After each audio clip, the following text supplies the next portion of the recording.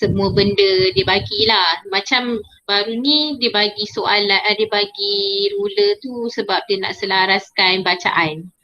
Okay, tengok keadaan lah. Okay, bukan plus minus 0.1. Okay, plus minus 0.1.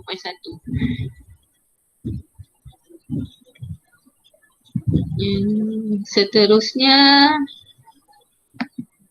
okay, untuk observation, pemerhatian. Okay, pemerhatian awak kena ingatlah bukan tiga teknik nak tulis pemerhatian tu. Okay, so kena ada MV, RV dengan nilai. Okay, so kalau tengok soalan ni memang macam lain sikit dari yang sebelum ni kita buat. Sebab dia ada 4 daun, nak tulis daun yang mana kan, nak tulis semua ke, nak buat purata ke kan. Okay, sebenarnya sebab dia pemerhatian, soalan pemerhatian, maksudnya kita tak boleh kira purata dia pun. Okay, kalau awak tulis purata daun, maksudnya dia dah melibatkan pengiraan. Pengiraan ni bukannya pemerhatian. Okay, tak nampak kalau purata tu kita tak nampak. Sebab kita nampak panjang daun, setiap daun tu. So apa yang awak kena tulis ialah awak kena tulis lokasi dia sebagai MV, iaitu contohnya kita ambil daun dia yang paling pendek-pendek dekat dewan sekolah lah. So di dewan sekolah. Okay, di dewan sekolah ni akan dapat MV. Okay, ni ayat perkataan ni untuk MV. Di dewan sekolah, panjang daunnya, panjang daun pokok bunga mawar lah. Pokok bunga mawar ialah, so senaraikan 3.7, 3.4 sentimeter kena tulis, unit kena tulis 2.7 dan 3.6 sentimeter. Okay, so ambil satu dewan sekolah, satu taman sains. So dekat taman sains panjang daun ialah 5.5, 5.7, 4.4 dan 6.3 sentimeter. So semua unit kena tulis nak dapat full mark sebab unit dan nilai dan unit. Okay, so ni 3 markah. Satu ambil yang daun pendek, satu ambil lokasi daun yang panjang. Okay, ni untuk inference pula. Okay, inference ni ialah sebab kepada observation tu lah.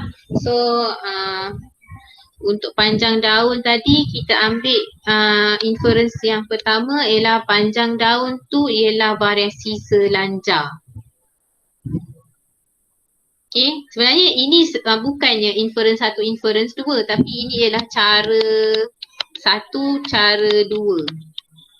Okay, cikgu lebih suka awak buat cara 2 ni lah. Okay, sebab kita nak explain inference cara 1 ni, sebab dia kat sini dia bagi panjang daun ialah variasi selanjar. Habis yang kat bawah ni apa pula kan nanti. Jadi better kita guna cara 2 lah. Cara 2 untuk observation yang pertama iaitu dekat dewan sekolah kan. Dewan sekolah daun dia pendek-pendek je. So kita katakan daun memperolehi cahaya yang kurang. Contohnya daun memperolehi nutrien yang kurang sebab tu dia pendek kan. Daun memperolehi tanah yang tidak tanah dekat daun tanah pokok tu tak subur. Okay, so kadar pertumbuhan daun adalah rendah macam tu. Itu untuk inference yang pertama tadi. Okay, yang kedua, inference yang kedua untuk lokasi yang kedua, daun memperolehi cahaya yang cukup banyak macam tu. Okay, nutrien yang banyak. So kadar pertumbuhan daun adalah tinggi. So better guna cara 2. Okay, boleh tak? Boleh. Okay, jawab macam tu senang. Okay, pergi pada soalan yang ini, soalan ketiga ni. Okay, pun boleh ubah yang dimanipulasikan. Yang ni semua boleh buat agaknya kan. Tapi bahagian ni lah. Okay, so ingat dia punya cara, dia punya teknik untuk setiap pemboleh ubah ni. Contohnya kat sini gunakan 3 pasu bunga dari lokasi yang berbeza. So selalunya ada perkataan gunakan, ada perkataan berbeza. dan senaraikan lokasi-lokasi tu, senaraikan dia punya MV, iaitu Dewan Sekolah, Tapak Sembahyang dan Taman Sains. Okey, baru boleh dapat tik. Ni untuk dapat 6 tik, 3 markah. Okey, kemudian panjang daun, ukur dan rekod. Mesti ada alat. Eksperimen ni, RV kena ada alat. Ukur dan rekod panjang daun menggunakan pembaris. Okey, alatnya ialah pembaris. Okey, lepas tu yang pemboleh ubah dimalarkan ialah spesies pokok. So gunakan spesies pokok yang sama. Okey, ataupun kita kata usia pokok tu, ketinggian pokok tu mesti sama. Okey. So itu untuk soalan MVRV semua tu. Ni hipotesis kita. Okey, hipotesis kita kena ada MV, RV dan hubungan. So MV-nya ialah lokasi, RV ialah panjang daun, hubungan dia sama ada tinggi ke rendah ke macam tu. So hipotesisnya ialah kadar pertumbuhan atau panjang daun yang diambil dari Taman Sains lebih tinggi atau lebih panjang berbanding tapak sembahyang dan Dewan Sekolah. So kita ada MV kat sini iaitu Taman Sains, Tapak Sembahyang dan Dewan Sekolah. Okey, RV dia ialah kadar pertumbuhan ataupun panjang daun. Okey, kemudian lebih tinggi, lebih rendah tu ialah dia punya hubungan. Okey, itu hipotesis.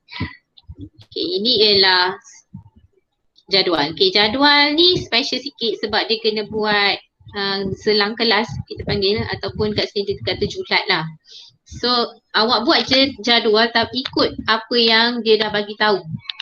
Mesti ada kat dalam jadual tu. Contohnya kat sini panjang daun dengan bilangan daun mesti ada. Okey, panjang daun dia suruh ikut julat ni. So buatlah macam ni. Okey, buat ya.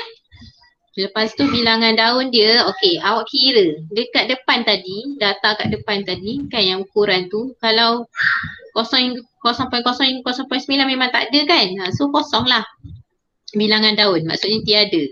Janganlah tak buat langsung pula sebab dia dah bagi julat tu mesti ada. Okey, so jangan buat jangan tinggalkan maksud cikgu sebab ada pelajar, sebab ni trial last year kan. So ada pelajar dia tak buat ni. Jadi dia tak buat, dia tak dapat markah kat sini. Okay, so 2.0, 2.9, 30, 39. Ni kira, ini sebenarnya awak kira daun dekat depan tadi. 2.0 hingga 2.9 kira kat depan. Okay, so tajuk jadual ni mesti ada unit. Contohnya panjang daun dalam unit sentimeter. Okay, bilangan daun memang tak ada unit lah. So 1 markah. Okay, merekodkan dan calculation 2 markah kat situ. So 3 semua sekali. Okay, next ialah hubungan. Okay, ni berdasarkan histogram yang dilukis. Okay, sorry. Sebenarnya kena lukis dulu histogram. Daripada jadual yang ni, soalan tu pergi kepada histogram dulu. So graf lah. Histogram graf. Graf yang dilukis macam ni.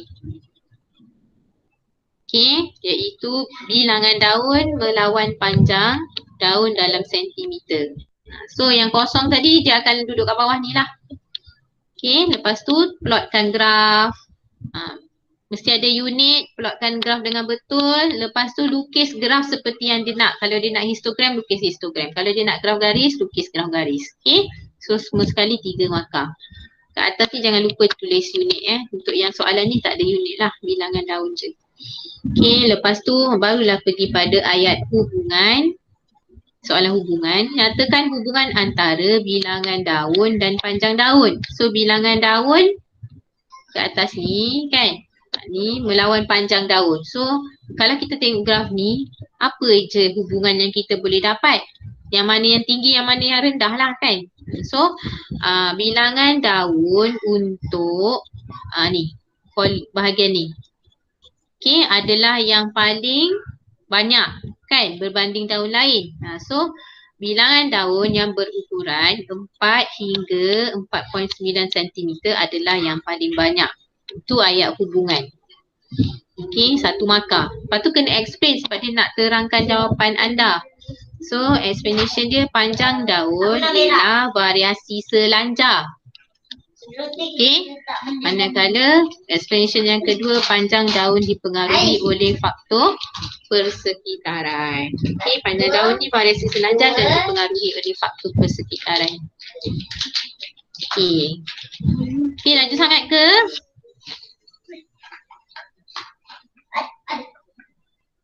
Hai Mama, tanya.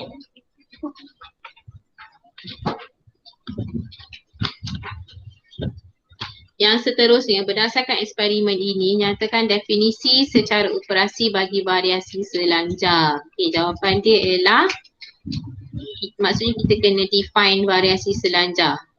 Okey, variasi selanjar ialah panjang daun pokok bunga rosa spesies, pokok bunga ros tu, ditentukan oleh ataupun dalam eksperimen ni diukur menggunakan pembaris. Ni biasanya kita tulis ditentukan kan, tapi yang ini sebab dia panjang daun kena ukur lah, diukur menggunakan pembaris, sama maksud dengan ditentukan. Okey, dan dipengaruhi oleh lokasi ataupun keamatan cahaya ataupun nutrien semua tu. So 3 markah.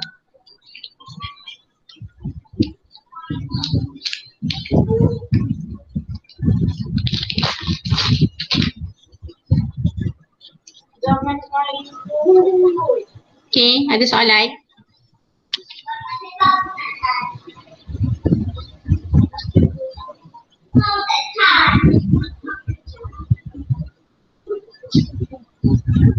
Ada. Ya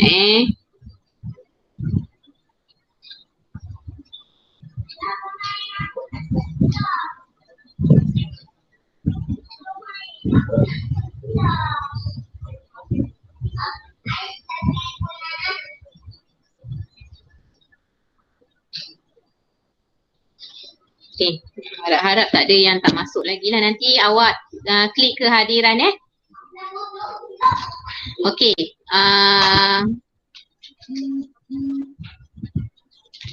yang seterusnya ialah ramalkan anda meneruskan penyiasatan mengenai variasi dalam tumbuhan. Penyataan masalah ialah, adakah warna bunga dalam spesies tumbuhan mawar merupakan variasi selanjar atau variasi tak selanjar? Okay, ramalkan jenis variasi, terangkan jawapan anda. So kita kena jawab soalan ni. Ramalkan jenis variasinya.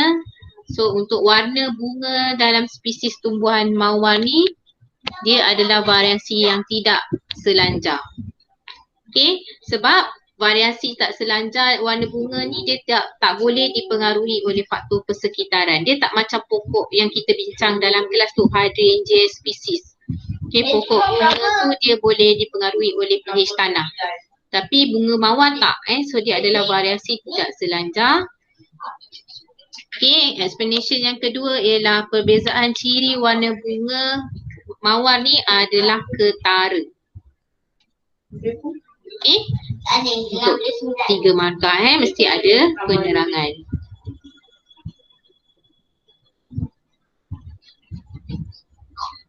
Okay, soalan yang akhir sekali ialah jadual menunjukkan beberapa ciri pada manusia. Kelaskan ciri-ciri ini kepada variasi yang berbeza.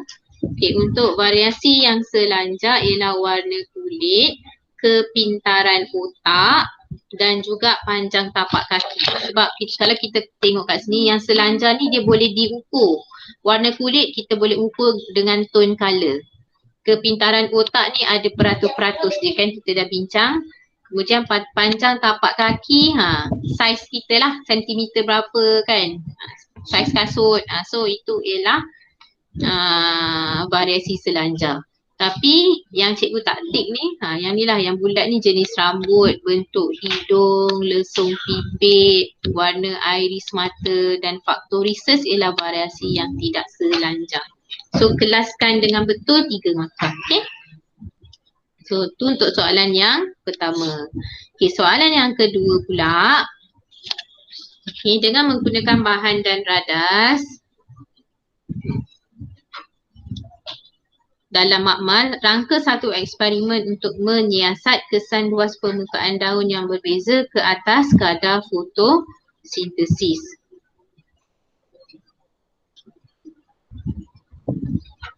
Okay. So MV kita ialah luas permukaan daun MV luas permukaan daun, RV ialah kadar fotosintesis. Manakala control variable ialah faktor-faktor lain lah. Contohnya spesies pokok tu, keamatan cahaya. Keamatan cahaya, suhu, faktor yang boleh mempengaruhi kadar fotosintesis yang lain kita kategorikan dia sebagai control variable. Okay, untuk MV ni sebab kita nak kira luas permukaan daun kan, sebenarnya kita kira bilangan daun dia yang kita gunakan. Jadi bilangan daun boleh jadi MV juga. Okay, so awak kena tulis satu perancangan eksperimen yang ada ni macam yang selalu kita buat. Okay, so kita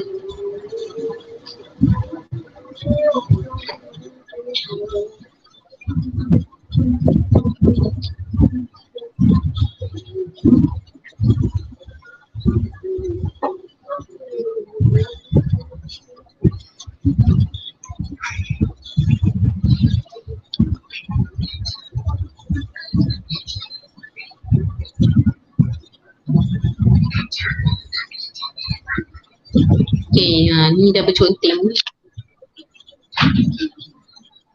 So jawapan untuk soalan-soalan ni.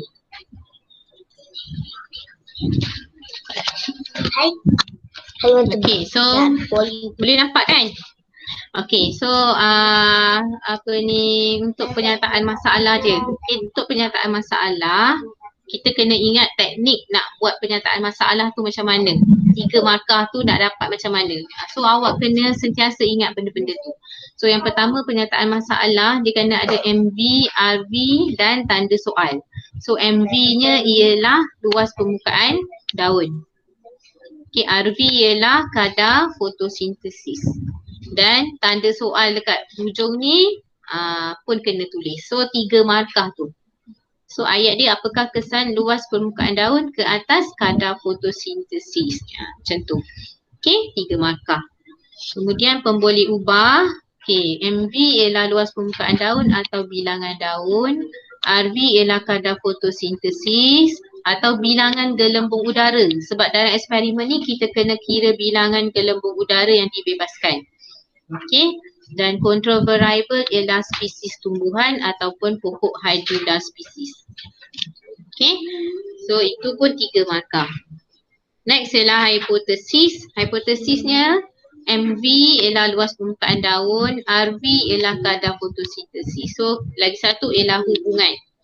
So semakin besar ialah hubungan. Semakin besar luas permukaan daun, semakin tinggi kadar fotosintesis. Okay, so kita kena manipulate daun tu nanti.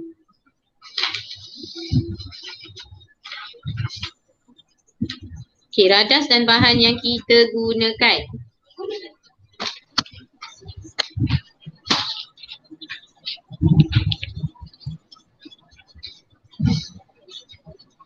Okay, radas dan bahan kita gunakan. Okay, cam rendik, tabung didih, bika. Okay, untuk ni ini ialah radas So sebenarnya setiap eksperimen dia ada apa? Pemarkahan yang berbeza.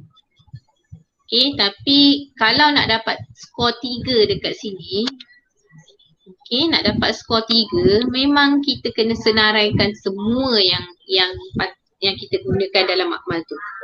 Okay, contohnya senarai penuh macam ni lah.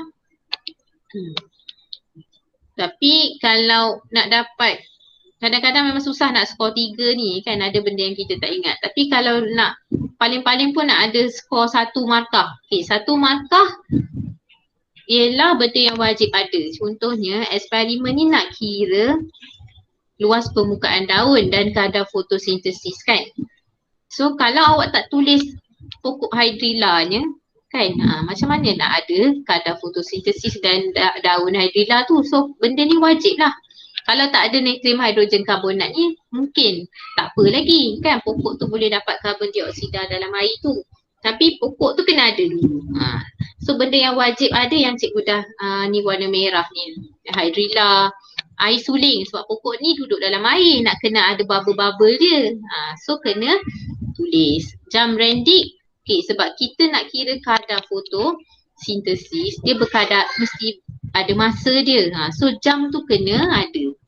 Okay. Tabung didih untuk kita isi air suling. Tapi kalau tak ada pembaris, tak ada plastisin, tak ada termometer tu tak apa lagi. So tengok bergantung kepada apa yang awak tulis lah.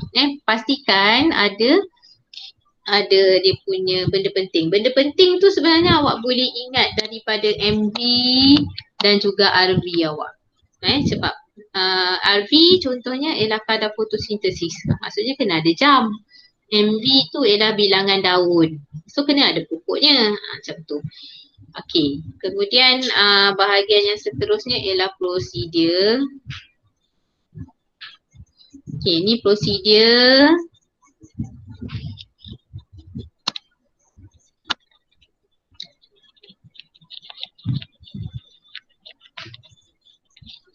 Okey, prosedur mesti ada 5P. 5P. P1, P2, P3, P4, P5 macam tu. Okey. So P1 ialah kata kerja sebenarnya. Contoh perkataan isikan. Isikan, potong, buang. Tapi biasanya dia ada alat. Contohnya isikan apa? Isikan tabung didih. So dengan air, dengan larutan kan. Ni dapatlah P1. Maksudnya P1 ni ialah kata kerja dia campur alatnya.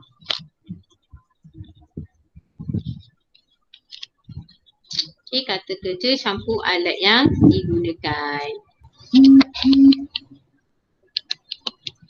Okay, so contohnya potong. Potong ni kata kerja menggunakan pisau. Dapatlah ini ayat P1.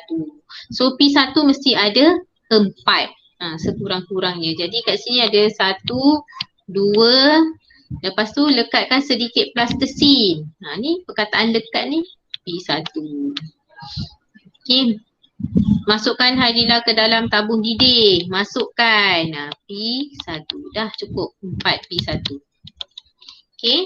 Lepas tu P2 ialah pemboleh ubah yang kita malarkan, yang kita tetapkan dalam eksperimen ni. Contohnya kita guna pokok hydrilla je. So perkataan hydrilla ni tadi dah dapat P2. So P2 ni nak 1 je. 1 P2. Okay. P3 pula ialah kita nak manipulate, pemboleh ubah yang dimanipulasi. Contohnya dekat sini kita nak manipulate bilangan daun. So daun untuk yang pertama tu kita akan buangkan daunnya sehingga tinggal 40 helai kan. Mula-mula kita buat eksperimen tu dengan pokok hydrilla yang ada 40 helai daun. Lepas tu mesti kita nak kena ulang eksperimen tu menggunakan daun yang berbeza. Jadi kita ulang eksperimen tu, ayat dia tu dapat P3 lah. Okay, ulang eksperimen menggunakan bilangan daun yang berbeza iaitu 10, 20 dan 30. So ini akan dapat P3. Okay, dapat P3. So P3 ada 1. Okay, P4 ialah kita merekodkan. Apa yang kita nak rekodkan? Kita kira dulu ni. Kira gelembung udara yang terbebas. Sebenarnya ada perkataan rekod. Kira dan rekodkan. gelembung udara yang terbebas dalam masa 5 minit menggunakan jam Randik. Alat dia kena ada juga.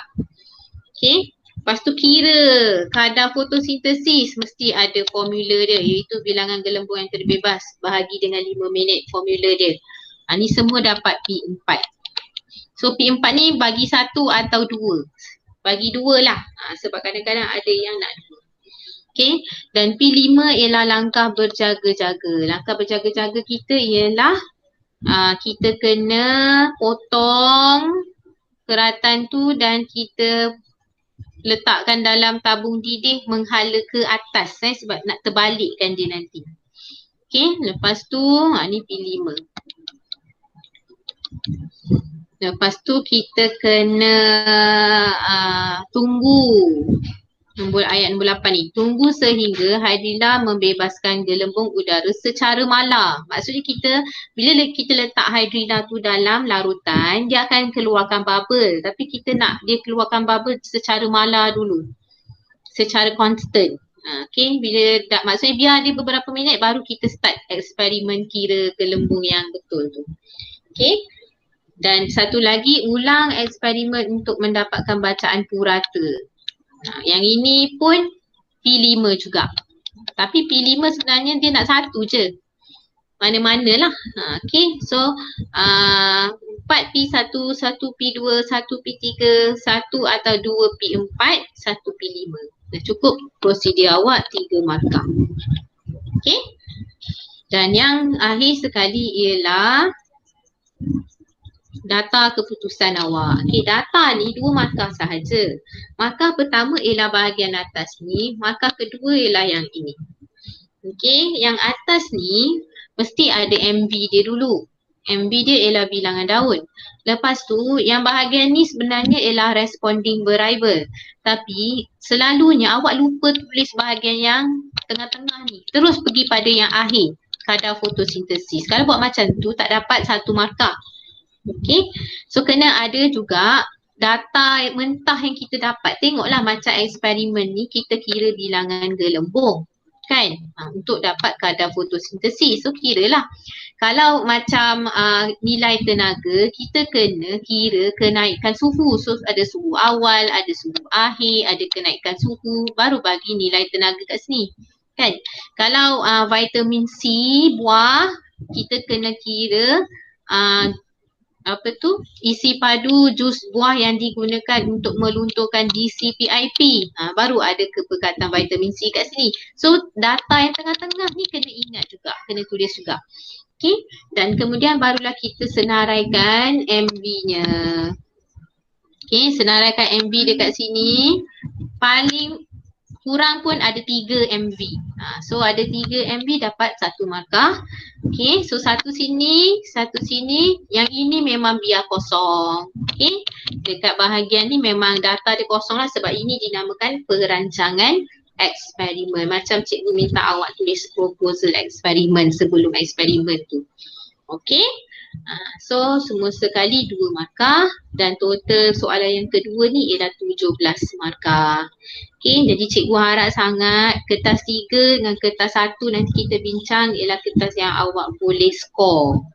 Okay, kalau paper 3 ni 50 markah, janganlah dapat bawah dari 40. Kita nak 45, 47 per 50. Kalau yang salah pun dekat bahagian yang prediction, hubungan kan. Tapi bahagian yang kita dah patutnya ni awak kena skor lah. Okay, boleh tak? Okay, ada soalan? Apa tu? Paling tinggi, paling rendah nilai apa tu Aiman? Tertinggal 4 orang kita je. Idris mana?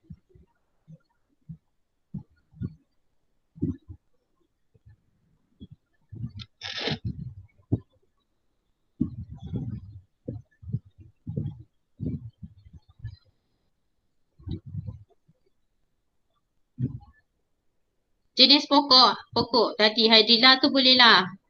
Jenis pokok boleh Aiman. Oh, okey. Okey Idris. Lagi?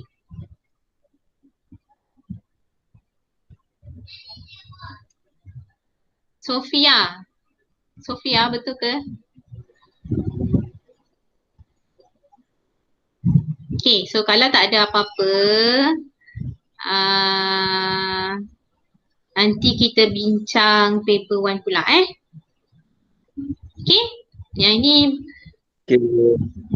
ini kira settle lah ya, tak adalah hutang cikgu dengan awak sebab tadi tak apa accept awak punya tu sebab cikgu tak perasan.